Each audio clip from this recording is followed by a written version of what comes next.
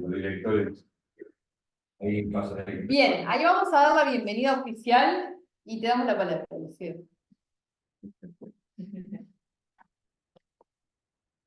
Estamos en vivo, así que podemos arrancar. No, estaba diciendo que la idea es que esto sea realmente un intercambio para el cual nosotros, bueno, aportamos ese artículo a título meramente de guía, tener una idea de qué se iba a tratar, no porque vaya a ser una réplica de ese artículo de lo que vamos a conversar hoy, sino porque trae elementos que nos pueden servir para intercambiar ideas, ¿no? Y nos parecía muy importante con Masco, porque lo que queremos es destacar cómo el conocimiento de la disciplina nuestra se va también construyendo como el conocimiento de todas las ciencias en forma acumulativa, ¿no? Lo que pasa que muchas veces, no sé por qué, la historia en nuestra disciplina se soslaya y queda más como el concepto, ¿no? Flotando en el aire, las teorías, etcétera, etcétera, pero despojadas del contexto de producción, ¿no? Y el contexto de producción tiene que ver con dos cosas, con el aire de los tiempos. Los franceses le decían l'air du temps, los alemanes le decían el Zeitgeist, palabra más. El espíritu. El espíritu de los tiempos, ¿no? Que es diferente según la cultura y la época histórica de que se trata. Nosotros creemos que, bueno, que este episodio del cual vamos a hablar hoy es un episodio que tiene impactos sobre qué es lo que pasa en la disciplina psicoterapéutica hoy en día, qué cosas se han soslayado y qué cosas podemos traer que vienen, ¿no?, de la historia de la noche de los tiempos, de los comienzos del psicoanálisis, de sus conflictos, de sus disidencias, ¿no?, de personajes que eran con personalidades muy definidas, ¿no? Había una anécdota que contaban vos que sabés más que yo de Jung realmente, pero hay una anécdota que seguro que vos la conocés, que cuando Jung andaba le interesaban los estudios antropológicos, entonces había ido, esto era por los años 20 y pico, 30, del siglo pasado, obviamente. Estamos hablando de personajes y de cosas que acontecieron en el siglo XX, ¿no? Y a principios del siglo XX. Nosotros vamos a ubicar el contexto sociohistórico y cultural entre los años 1907 y 1912. ¿Tá? Es Europa, Suiza particularmente, y Austria. Dentro de Austria, Viena. Dentro de Suiza, Zúrich. ¿Ah? Y los personajes de los cuales vamos a hablar son Jung, Freud y una mujer que estuvo pivoteando entre los dos, Sabina Hirman, y que buscó una articulación entre la teoría de uno y otro. Nos parece muy importante porque los intentos de articular teoría en lo que tienen de complementario y de enriquecedor no son frecuentes, no son nada frecuentes. Y hoy en día, por ejemplo, la Federación Uruguaya de Psicoterapia, lo que hacemos es convivir con teorías diferentes, algunas de ellas que buscan articular, a veces es una articulación técnica, otras veces es una articulación puramente teórica. Lo difícil es articular teoría técnica y clínica. Eso es lo realmente difícil, ¿no? Nos parece que este episodio que se dio en un momento histórico particular, y que tiene como eje a esta mujer, que es una mujer de una historia oscura que fue rescatada tardíamente dentro de la historia del psicoanálisis. Se encontraron los papeles de ella abandonados una vez que estaban limpiando en Ginebra una vieja casa en el sótano, un poco lo que estábamos hablando anteriormente, de esa vieja casa. Encuentran un baúl con papeles, ¿no? Y ahí había funcionado un instituto pedagógico de Eduardo Clapared, que era un psicopedagogo, ¿no? de la época, que hablaba ginebrino, que hablaba francés, la zona de la Suiza francesa, donde había estado esta mujer, Sabina Spielrein, trabajando como psicoanalista en los años 20, alrededor de los años 20. ¿Sí? Y había tenido entre ellos como analizando nada más ni a nada menos que a Jean Piaget. Había sido un analizando de ellos, ¿sí? El que estudia la construcción del simbolismo en el niño, los procesos de creación del lenguaje, etcétera, etcétera. Digamos, estamos hablando de gente que son todos históricos, pero que hacen, y allí sobre todo a la ciencia de la lingüística y a la lingüística articulada con la psicología. Él no fue psicoanalista, se analizó con ella, pero no fue psicoanalista. Algunas notas al pie para agregar y ampliar las cositas que comentaste. El artículo al cual se refiere Liceo es Duelos complejos, la ruptura de Jung con Freud y Spielrein. Es un artículo de Liceo que salió en la revista de Psicoterapia Psicoanalítica en 2019. Pero es una reformulación de algunas otras publicaciones anteriores que habías hecho, o el tema ya lo habías tratado, ¿no? Habíamos hablado acá, ¿no? Hubo una actividad. Sí, en el diplomado tuvimos también bastante, ¿no? Pero estuvo más focalizado en el tema de los duelos, ¿no? Y ahora de lo que vamos a hablar es de la articulación teórica. ¿Por qué? Porque como nosotros construimos, entre comillas, una disciplina que la llamamos el psicoanálisis de los procesos colectivos, y entendemos que es una disciplina articuladora de los entre que hay en varias disciplinas, o sea que es una subespecialidad transdisciplinaria entre lo sociológico, ¿no? Lo psicoanalítico individual, lo social, la dimensión de lo social y las estructuras institucionales y familiares. Es difícil articular esas cosas, a veces no son articulables, pero vamos a intentar con el ejemplo de lo que pasó con esta gente, de ver qué articulación es posible para nosotros, ¿no? Entonces, la dimensión cultural de la época era pre-Primera Guerra Mundial. Antes de entrar en eso, un par de cositas como a nivel de encuadre y técnicas para terminar de aclarar. El artículo no todo el mundo lo recibió porque, bueno, lo recibieron a los castellanos más bien. Y sí, después No lo hay gente que, claro, te los hacemos llegar. después se los hacemos llegar, pero para personas que de repente no están dentro del contexto, mejor que lo lean después también Claro. para poder comprenderlo desde lo que se habla hoy. Después se lo Seguro. y después otra de las bases en las que vamos a trabajar hoy son las cartas, la correspondencia entre Freud y Jung. Hay varias cartas de la época ya de los años que nombró Liceo, ya en la ruptura entre el 12 y el 13, 1912-1913, se dan esas últimas cartas donde claramente la cosa ya está muy tensa y es irreconciliable el vínculo entre ellos. Hay algo de lo personal y algo de lo teórico también, ambas cosas que se vuelven como realmente fragmentadas.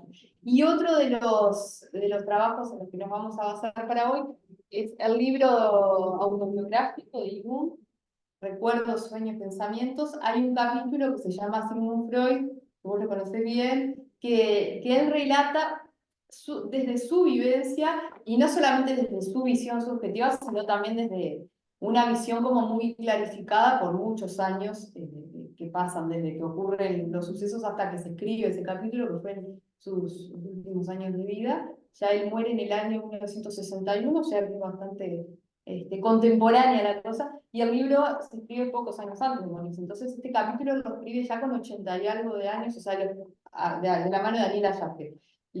Es un libro autobiográfico, pero en realidad escrito por otras personas que le inspiran a él a hablar de su biografía. Sin embargo, está escrito en primera persona, siente el libro, a partir de entrevistas que se le hacen a él.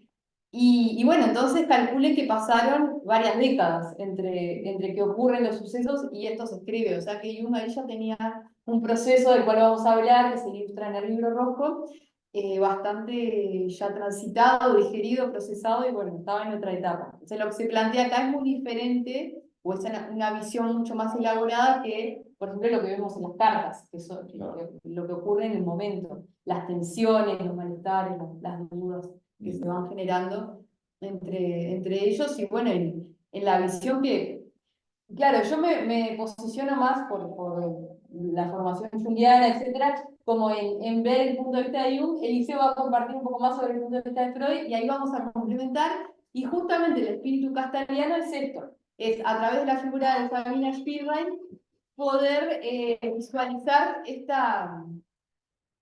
Ah, no, saltó un cartel, pensé que no estaba grabando.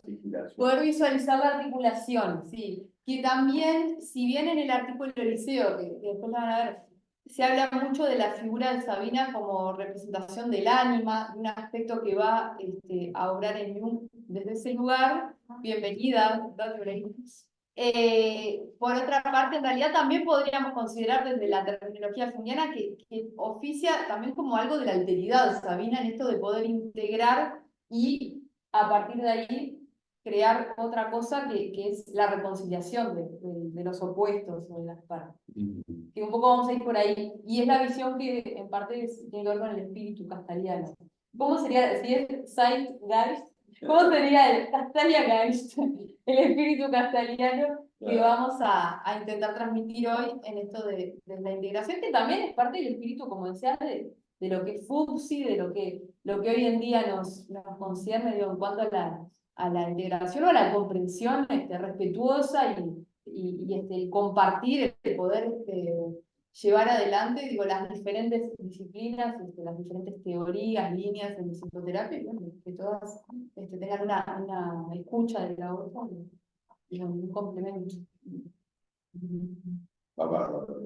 Algunas aclaraciones como para entender el contexto. Ahora vamos ya al contexto histórico, capaz. Claro. ¿Qué fue lo qué fue lo que llevó a Freud a interesarse por conectarse con Jung, y qué fue lo que a Jung llevó a interesarse por lo que había hecho Freud?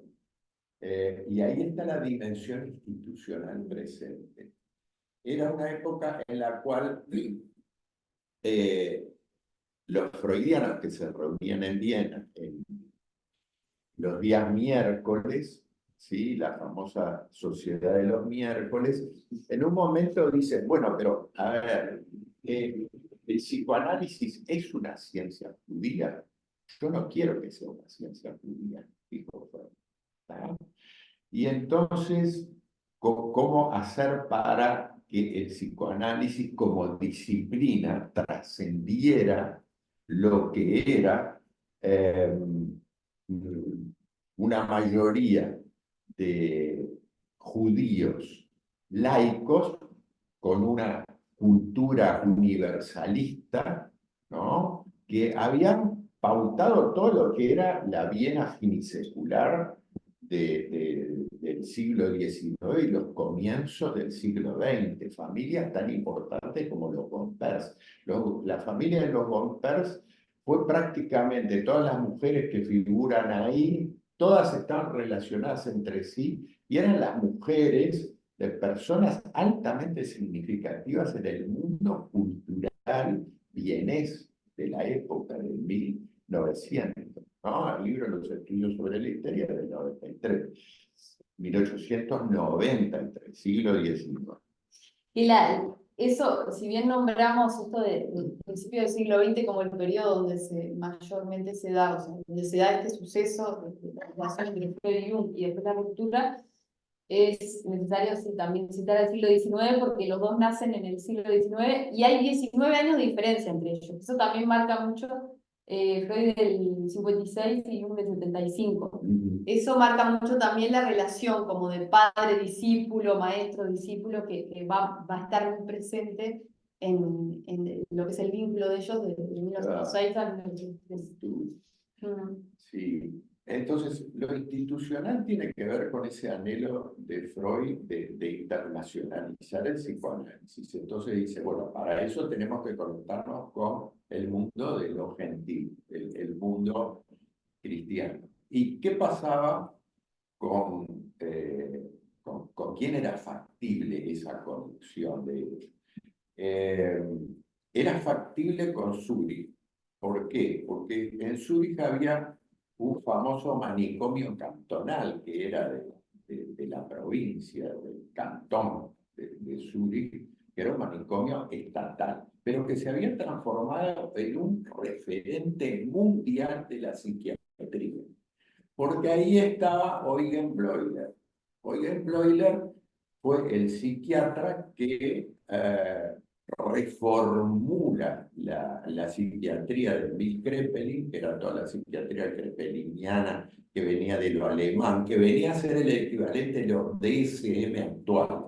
Era así como antes, hoy, ¿no? Se refieren al DSM-5, 5R, 6 y el que vendrá. Los criterios ¿No? diagnósticos muy Entonces, claro. antes, digamos, el marco referencial era la psiquiatría de Emil Kraepelin y las 8 ediciones en su tratado de psiquiatría.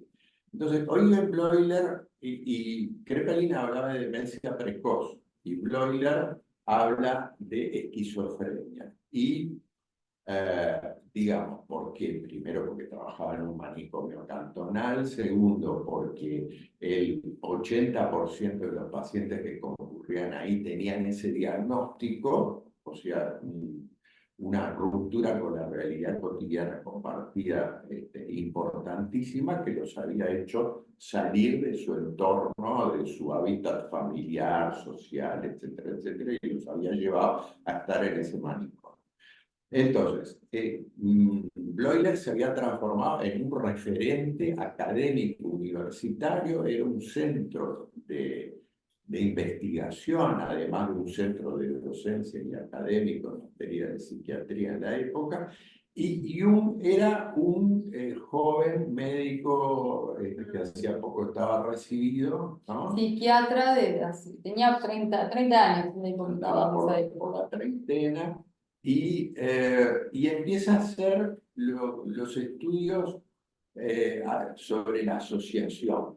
Entonces, le decía palabras a los pacientes e iba registrando los tiempos de reacción, ¿no? Y veía cómo los tiempos de reacción se hacían mayores cada vez que tocaban un núcleo conflictivo de la persona. Que en terminología junguiana serían complejos. Ahí. Los complejos ¿No? Y en terminología freudiana sería el núcleo conflictivo del sujeto, ¿no? ¿Qué es lo que hacen en 1907? Jung había leído la interpretación de los sueños de Freud y entonces decide mandarle los estudios de asociación que había publicado hacía poquito. Freud se los agradece, le manda un artículo de él y acuerdan tener un encuentro en el 907. Sí, en el 7, un encuentro que fue como un candilamiento mutuo, estuvieron 13 horas de corrido, siempre se relata eso. Él lo cuenta también en el capítulo que no podía parar de hablar, que tenían así un enamoramiento total, un montón de temas. Hay que estar 13 horas, ¿no? Más de mediodía. Tomado en una foto. Casi no era la lengua, ¿no? Intercambiando. Pues, claro, eran, digamos, otros tiempos, en todo el sentido, ¿no? Que no tenían la urgencia que tienen estos tiempos, ¿no? Había como se valoraba particularmente la reflexión, la crítica, el intercambio, el diálogo, ¿no? Hoy en día no, es a ver, dame lo que sabes, veo como lo proceso al servicio de algo práctico que me dé un resultado ya ahora para esto concreto que yo tengo que resolver, ¿no? Eso es parte de también comprender el contexto. Comprender. Y algo que está bueno también como comentar acá es que si bien la relación duró varios años, entre 1906 empiezan esas primeras comunicaciones, está relatando el liceo, este encuentro de 13 horas, después todos los años 7, el 8, 9, sigue adelante, hasta que a finales del 12 ya empiezan estas cartas que son de diciembre del 12, enero del 13, y en febrero del 13 es como la ruptura definitiva. Más allá de que fueron varios años y que esto fue como teniendo todo su proceso, Jung, desde la visión de Jung, que él relata en Recuerdos, Sueños, Pensamientos, en el capítulo que referíamos, ya desde el inicio, desde ese primer encuentro de muchas horas, él empieza a ver cosas que, si bien lo describe como un gran hombre, y realmente había, también él siendo un psiquiatra joven, inexperiente, Freud muchas veces aludía también como a esa inexperiencia, entonces había una relación como de maestro-discípulo, y Jung sentía que tenía mucho para aprender de Freud, entonces también se sostenía como desde ese lugar de relación. Más allá de eso, Jung relata cosas que desde el inicio fue sintiendo, no es que cayó la ficha al final y ahí se dio cuenta y se dio la ruptura. Ya desde el inicio fue viendo cosas con las que realmente se sentía muy confundido o no iba a poder conciliar en ningún momento, en cuanto él menciona mucho el tema bueno, de la comprensión de la teoría sexual de Freud, y para Jung había una comprensión, si bien es muy importante, y él menciona, o sea, es un error considerar que en mi teoría no es importante lo sexual, pero sí hay otros planteos y otras consideraciones con las que Freud nunca, él siempre relata que nunca sintió como una receptividad o no había una comprensión de esos planteos que él tenía. Y Jung se conoce, esto se fue elaborando a poco y todo, pero es conocido hoy en día que había una dimensión como mucho más espiritual, relacionada a la alquimia, a la metafísica. Mencionaste también el interés por todo lo que es la arqueología, que también y hay algunos sueños bastante reveladores que Jung va teniendo y relata en el capítulo en detalle, junto con el análisis que él hace de esos sueños, en donde va configurando su visión de las estructuras psíquicas, su visión del alma humana, diría él, del aparato psíquico, donde considera la idea de inconsciente colectivo, por ejemplo, que es como lo más característico para los arquetipos de la psicología junguiana. Y claro, al momento de analizar ciertos sueños o hablar de ciertos contenidos que él consideraba, no llegaban a entenderse con Freud porque había, realmente él pone varios ejemplos en este capítulo donde frente a un análisis que él lo hacía más vinculado como, bueno, esta idea de lo colectivo, del inconsciente, de los arquetipos, etc., Freud siempre planteaba una interpretación que iba más por el lado de, bueno, de deseos de muerte, de fantasías inconscientes. En un momento, vos lo conocés, el sueño donde aparecen las diferentes instancias de que él después va a representar con la conciencia, el inconsciente personal y el colectivo. En la parte del colectivo que aparecen representados restos arcaicos con unos cráneos que se presentan ahí, Freud eso cuando lo interpretan lo ve como, bueno, ¿a qué dos familiares querés ver muertos? ¿Cuál es tu deseo, tu fantasía de muerte acá? Y bueno, y un relata que en realidad como para no, como sentía que no podía como contradecir eso, o que, bueno, le siguió el juego, dice en un momento, le dice, bueno, sí, a mi mujer y a mi cuñada quiero ver muertas. Y ahí él cuenta cómo más o menos le seguía, a ver por dónde lo interpretaba Freud, pero él entendió desde el principio que ese sueño tenía que ver con lo que después sería su teoría del alma humana, digo, del inconsciente colectivo en este caso, y bueno, el personal. Entonces, como que simplemente esta aclaración de ver que esto fue un proceso que se fue dando a lo largo de los años y no es que al principio parecía que estaba todo perfecto. Siempre hubo como esas diferencias, pero bueno, también había mucha admiración. Freud depositaba también en él la figura como del discípulo, que después Jung le reprocha en las cartas, esto de tratar como a los hijos, a los alumnos como los hijos.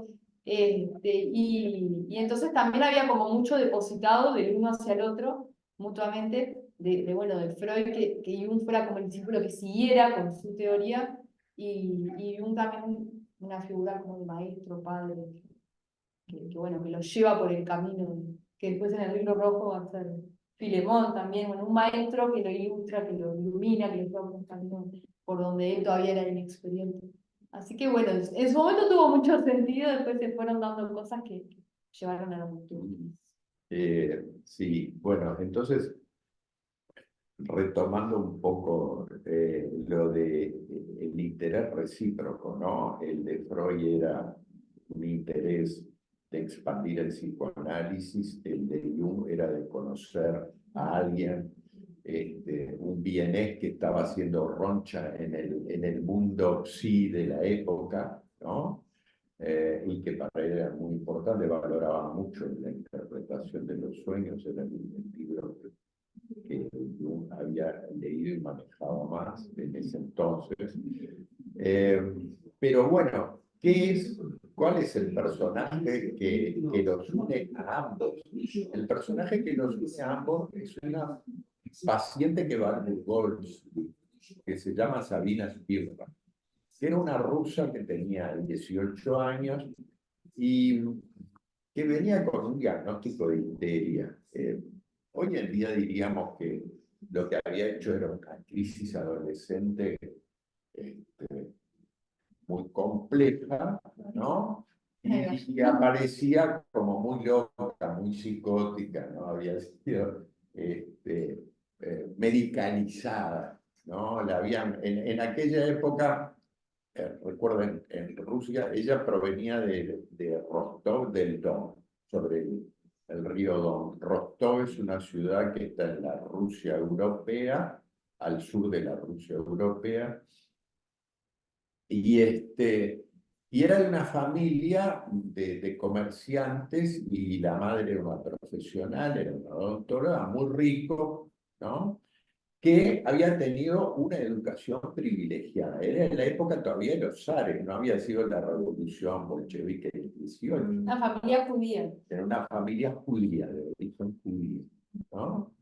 Había ido a estudiar a Alemania, hablaban en alemán perfecto, hablaban francés perfecto, era una chica intelectualmente con una inteligencia superior, brillante, ¿no? Que hace una serie que vive de forma muy traumática experiencias infantiles vinculadas a su padre, que son un poco el eje del intercambio entre Jung y ella durante la terapia, ¿no? La llevan a ella y quedaban internados ahí. Estuvo internada 9 meses y Jung la atendía durante todos los días, la veía, porque él vivía ahí en el Burgosli con su familia también. Era igual que Bloy y todos los médicos vivían en el propio manicomio, en un sector determinado. Perdón, me ilustra porque yo vi la película. Entonces todo el tiempo se me están viniendo imágenes. Claro, claro. El método peligroso. Sí. Me viene el cine además. Sí, claro. ¿Cuál era el método peligroso? El método peligroso, ¿no? Y acá viene la relación que se pauta entre Freud y Jung y Spirman. Es que Jung le cuenta tempranamente que tiene una paciente que se enamoró de él y que es tremendo problemita el que está encarando. La paciente había evolucionado bárbaro, al cabo de 9 meses había salido de su episodio psicótico, había ido a la Facultad de Medicina de Ginebra, había estudiado medicina, tuvo el título de médica, fue ayudante ahí en el Burgosli de Jung, en los estudios asociativos, con todo el equipo que había ahí, y escribió una tesis sobre una paciente psicótica que había, la cual ella estudia, ¿no? A través de un seguimiento intenso, continuado, también donde practica las asociaciones de palabras, que era la metodología de Jung. En la película se ve eso también. Entonces, ¿qué le dice Freud? ¿No? Le dice, Y bueno, dice, yo me he visto en una situación muy parecida y tuve una narrow escape y usa la expresión que usa Freud es en inglés. Le dicen, me zafé por un pelito de quedarla. También, igual que usted. El tema era de quién se había zafado Freud un pelito de quedarla. Y ahí entra lo personal, ¿no? Miren cuando, a ver, las relaciones empiezan a impregnar las posiciones teóricas, los vínculos, porque además estaba el vínculo entre todo el Burgosli y todo su equipo, los zuricheses, que habían hecho una asociación psicoanalítica zurichesa, ¿no? Que practicaba un psicoanálisis distinto al vienés, ¿no? Y los vieneses. Entonces, estaban los intereses del psicoanálisis en general, estaban los intereses locales de los zuricheses y los intereses locales de los vieneses. Y estaba esta chica brillante, la judía eh, rusa, ¿no? Que había ido a parar al Burgosli y que Jung le dice, profesor, me pasó tal cosa. Freud le cuenta tal otra, y dice, eso lo deberíamos llamar transferencia, ¿no? Ahí aparece un primer concepto teórico, ¿tá?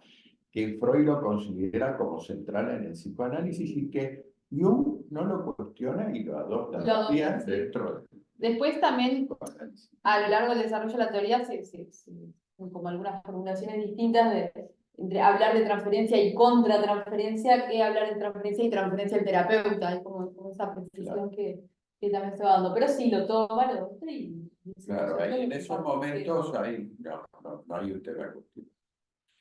Entonces, a ver, ¿qué es lo que sucede? Que, a ver, que Jung no le cuenta todo, cuenta parte. Y cuando ellos hacen cuenta parte, es decir, vamos a no mostrar el juego completo porque yo quedo mal parado. Y Freud hace lo mismo con Jung. ¿En qué momento? Cuando hacen un viaje en 1909, donde son invitados por la Clark University, ¿no? Jung, Freud, Ferenc, van a Estados Unidos, las famosas 5 conferencias de Freud de 1905, o sea, del 9, se refiere, perdón, del 9 se refiere a las que dio en la Universidad de Clark. Pero ¿qué pasa? Que durante el viaje, que dura como un mes en el barco, ellos ¿qué van haciendo? Se van contando sueños, experiencias propias y se las analizan recíprocamente. Y una cosa que sucede que Freud y Jung es que Freud le relata, comenta un sueño a Jung y Jung le dice, ¿y cuál es el contexto personal de esto? Y el contexto personal tenía que ver con una relación con una mujer prohibida. La mujer prohibida era Mina Bernays, la cuñada de Freud, la hermana de su esposo. Y entonces, ¿qué le responde con la cual hablaba de un vínculo, ¿no? de Freud con su cuñada? Todos bandidos. Y Jung lo sabía porque a su vez él se lo había relatado, no sé si la propia Mina Bernays, en ese vínculo fluido que hubo entre familia y familia, ¿vale? Empieza a contaminarse la historia de la familia. Entonces tenemos la historia de la institución psicoanálisis. Dos mundos que se enfrentan, el mundo judaico y el mundo cristiano. Un interés recíproco por expandir el conocimiento del psicoanálisis al mundo.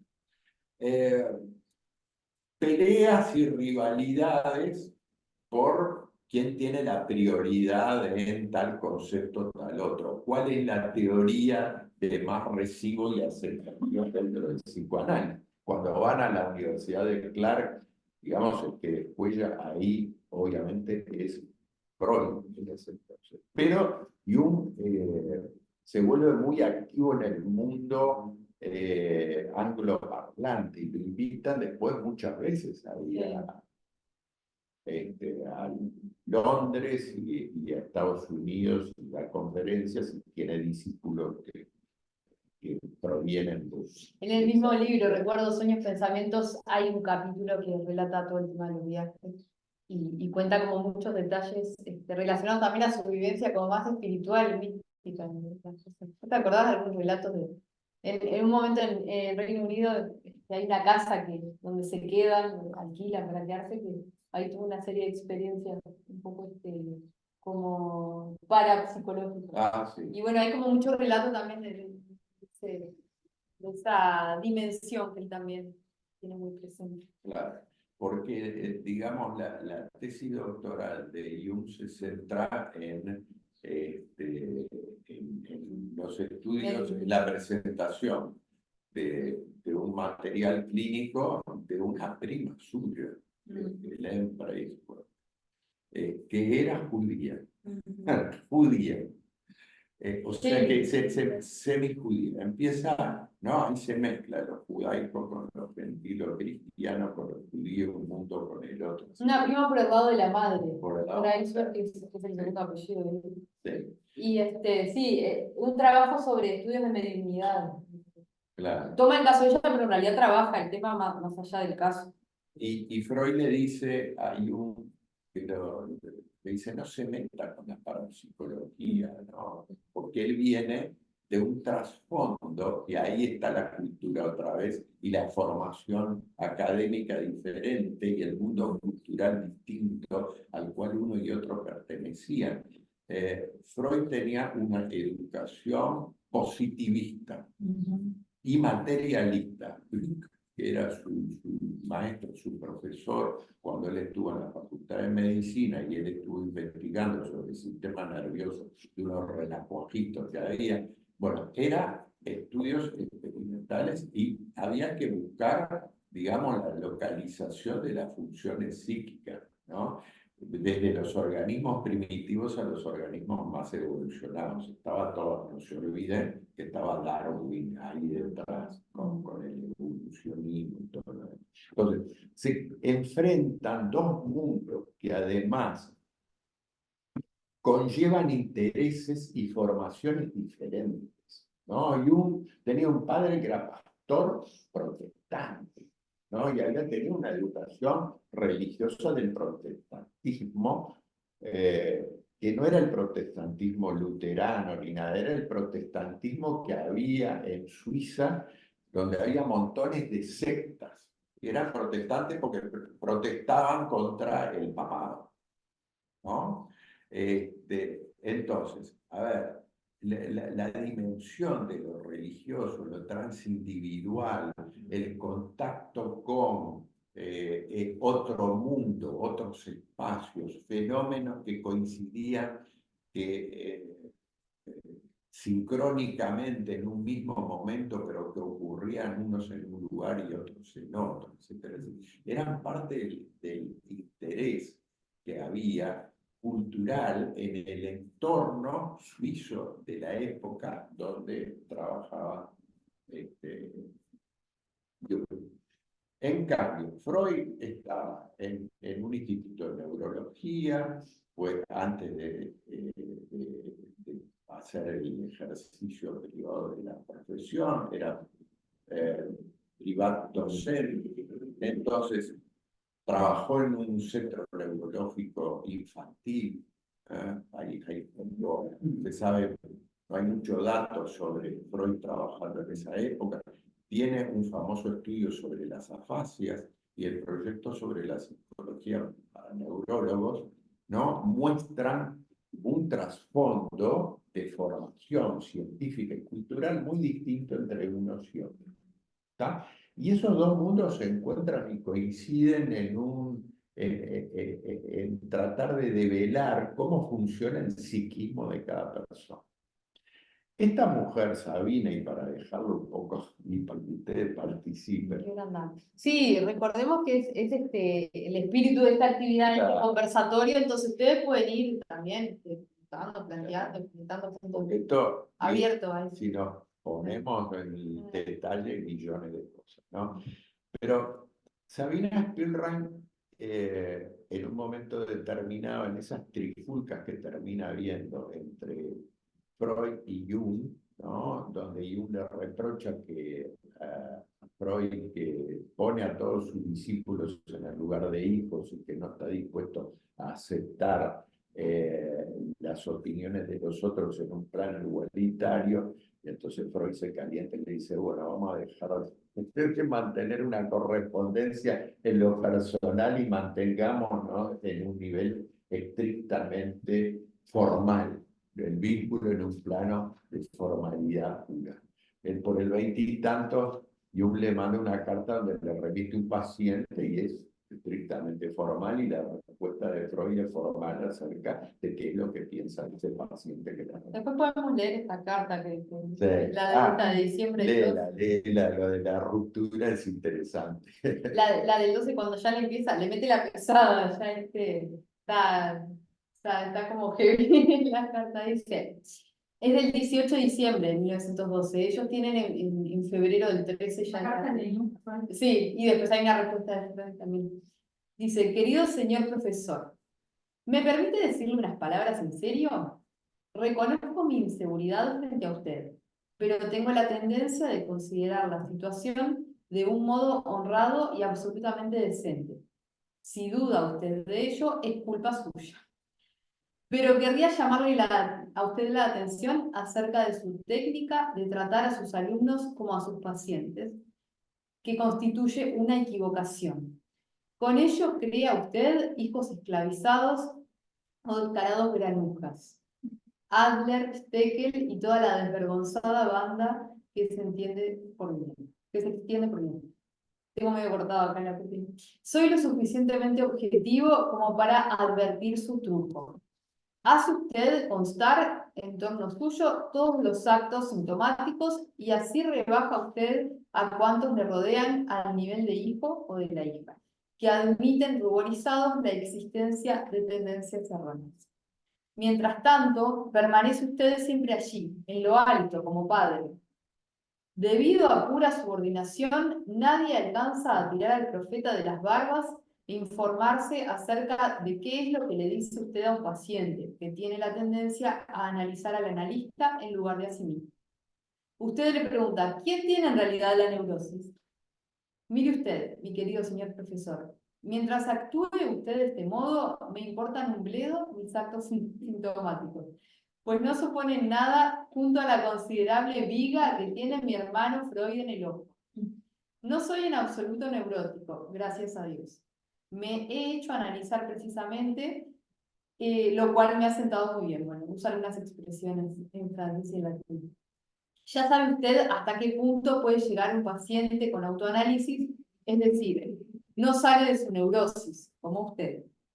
Cuando usted mismo se haya liberado completamente de complejos y no juegue ya a hacer de padre con sus hijos, a cuyos puntos blancos usted apunta usted constantemente, y se preste usted alguna vez atención a sí mismo, entonces aceptaré extirpar mi pecaminosa falta de unidad conmigo mismo frente a usted de una vez para siempre. ¿Es que ama usted tanto a los neuróticos como para ser siempre uno consigo mismo? Quizás odia usted a los neuróticos. ¿Cómo puede usted esperar entonces que sus esfuerzos por tratar lo más cuidadosa y cariñosamente posible a los pacientes no vayan acompañados por unos sentimientos algo mezclados? Adler y Steckel se han dado cuenta de su truco y se han tornado infantilmente desvergonzados. Yo me mantendré públicamente con usted, mas conservando mis opiniones, y comenzaré privadamente a decirle en mis cartas lo que realmente pienso sobre usted. Considero este camino como el más honrado. Usted maldecirá de este extraño servicio que le presta un amigo, pero quizás le haga a usted bien. Con mis mejores saludos. hay una respuesta a esta carta que podemos leerla enseguida o hacer algunos comentarios sobre, pero bueno, ya a esta altura estaba muy elaborado, porque desde un inicio, como decíamos, ya desde el año 6, 7, él plantea estas cosas que empieza a notar que no, desde un inicio tuvo claro, o así lo expresa, ver que le costaba este lugar, que había cosas que eran muy difíciles, que si bien Freud depositaba en él al discípulo que iba a continuar con su teoría, en muchas cosas él sentía que no iba a poder cumplir, no iba a poder cumplir con la expectativa de Freud, porque no había una posibilidad de conciliar con ese aspecto que decíamos hoy, de la teoría sexual. Él creía que había algo muy de lo personal en defender tanto esa teoría, parte de Freud, no de lo teórico. Y ya en esta carta se ve claro, como ya está todo el pescado vendido, pero hay un planteo que se va elaborando y una vivencia que después también, capaz que podemos leer de Recuerdos, Sueños y Pensamientos, algunos momentos en donde refleja a través de actos sincrónicos o de los fenómenos catalíticos. Creo que vos habías participado en el grupo que hablamos de eso. No me acuerdo si estuviste, pero me suena que sí. A ver si lo encuentro acá rápidamente, donde él cuenta una situación en donde están compartiendo, ellos dialogando, y pasa algo Sí, que a Freud lo deja muy asustado. se lo cuentan en una carta. Sí. Hay unos ruidos de los muebles, Sí, etcétera, creo que etcétera. muere ahí. Y Jung le da una explicación y Freud. Es interesante ver desde el momento actual lo que decíamos, ¿no? Con distancia, qué hay en esto, qué cosas realmente se pueden articular. Claro. Yo tengo curiosidad por saber cuál fue el papel de Sabina En en la esta articulación. articulación o intento de articulación, Claro, ¿no? sí, Porque ella estaba inmersa en eso, sin embargo intentó la articulación, claro. no tomó partido. No tomó partido ni Pero por para uno ellos, ni por otro. Y sí, fue, de alguna manera, habrá sido claro, un intento de ella tomar partido, ¿no? Visto desde el punto de vista Desde cada uno de ellos, claro. Sí. claro. Para nosotros que estamos a esta distancia, es interesante ver cómo ella logró ponerse en ese lugar, aunque no hubiera sido, no hubiera tenido éxito esa conciliación que intentó. Está bueno eso. Está bien. Eso que decís, porque bueno, a ver, eso funciona, lo que en un plano institucional y académico se planteó por parte de Freud como un anhelo de que el psicoanálisis no fuera una ciencia judía y fuera una disciplina universal, y de ahí la unión con Zurich. Sabina Spielrein, en su relación personal, mientras estaba estrechamente conectada con Jung, y ella aspiraba que Jung dejara a su esposa y que hiciera pareja con ella. Entonces se plantea tener un hijo al cual le llamarían Sigfrido. Y ese hijo, Sigfrido, condensaría la unión entre el mundo gentil, el mundo cristiano, el mundo